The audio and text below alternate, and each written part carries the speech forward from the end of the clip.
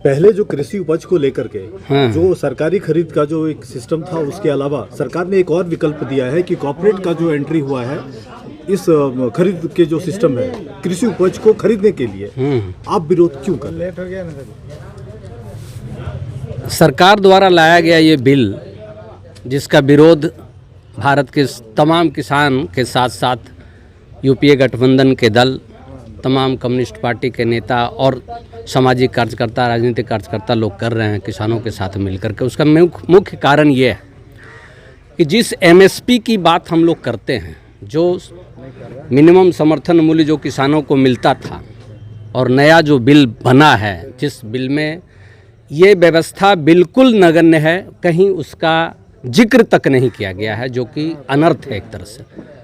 मेरा मानना है कि किसानों को जब तक आप समर्थन मूल्य, उसको मिनिमम समर्थन मूल्य जो होना चाहिए उसका उपज का, वो नहीं मिलेगा, वो मर जाएगा, उसका अनाज मंडी में नहीं बिकेगा।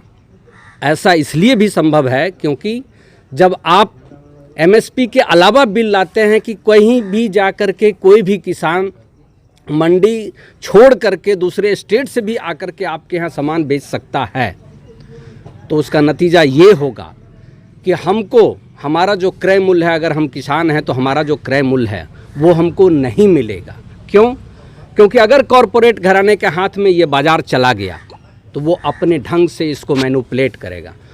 यही नहीं, यहाँ पर जैसे आप कहते हैं कि हम इतना ही अन्न रखने की कैपेसिटी दिया गया है, या आप कालाबाजारी को रोकने के लिए जो पूर्व के प्रावधान में था वो हटा दिया गया है।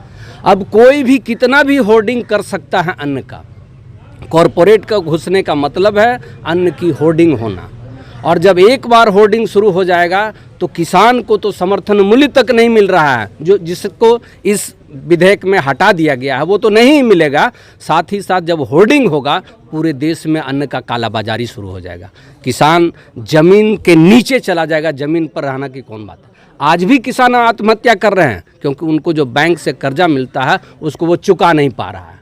और इस परिस्थिति में जब ये नया बिल लागू हो गया है, नया बिल जब चालू हो गया है, वैसी परिस्थिति में किसान अपने उपज का एमएसपी नहीं मिलने के कारण भूखों मर जाएगा, आत्महत्या के सिवा उसके पास कोई चारा नहीं रहेगा। इसलिए सबसे पहला विरोध तो इसको लेकर के हो रहा है।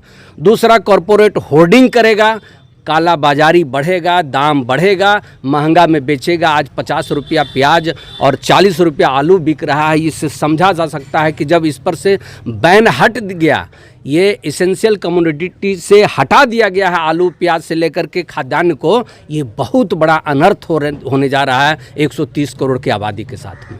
और हम जानते हैं कि हमारा देश कृषि प्रधान देश है। 80% जो किसान हैं वो मध्यम दर्जे से भी नीचे के किसान हैं, और वो कभी भी कॉरपोरेट से लड़ने की क्षमता नहीं रखते हैं। साहब जी, एक टेक्निकल सवाल है कि वो ये है कि सरकार का जो व्यवस्था होता था या भंडारण का जो स्थिति होता था, लापरवाही के कारण बहुत अच्छे खासे परसेंटेज बर्बाद हो जाता है। यस। आपको लगता है कि जब कॉर्पोरेट इसके अंदर आएगा तो जो भंडारण की जो स्थिति है वो कम से कम अच्छा होगा, अनाज जो बर्बाद होता था उसमें कमी आएगी? नहीं, मेरा यहाँ कहना है कि ये सरकार की इच्छा शक्ति होनी चाहिए। अगर आप किसान से अन्न खरीदते हैं, इतना भी मानवता नहीं है कि आप उसको कहीं अच्छे जगह स्टोर करके रखिए ताकि वो धूल पानी से बच सके। 70-72 साल ये तो नहीं हुआ। नहीं हुआ।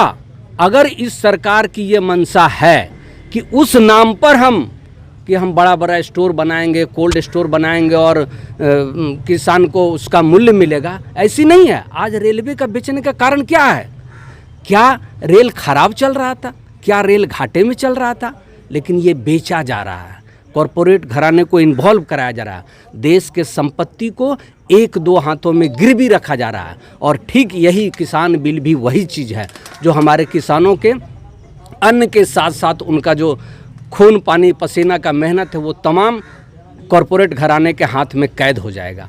और एक बार अगर हमारा किसान उसके कब्जे में चला गया, जिस तरह से हमारी इंडस्ट्री जा रही है, हमारा कारखाना जा रहा है, रेल भेल सेल कोल जितना पावर प्लांट से लेकर के वो जा रहा है, किसान चला गया तो इस देश को बचाने वाला कोई नहीं रहेगा। इसलिए हम इसका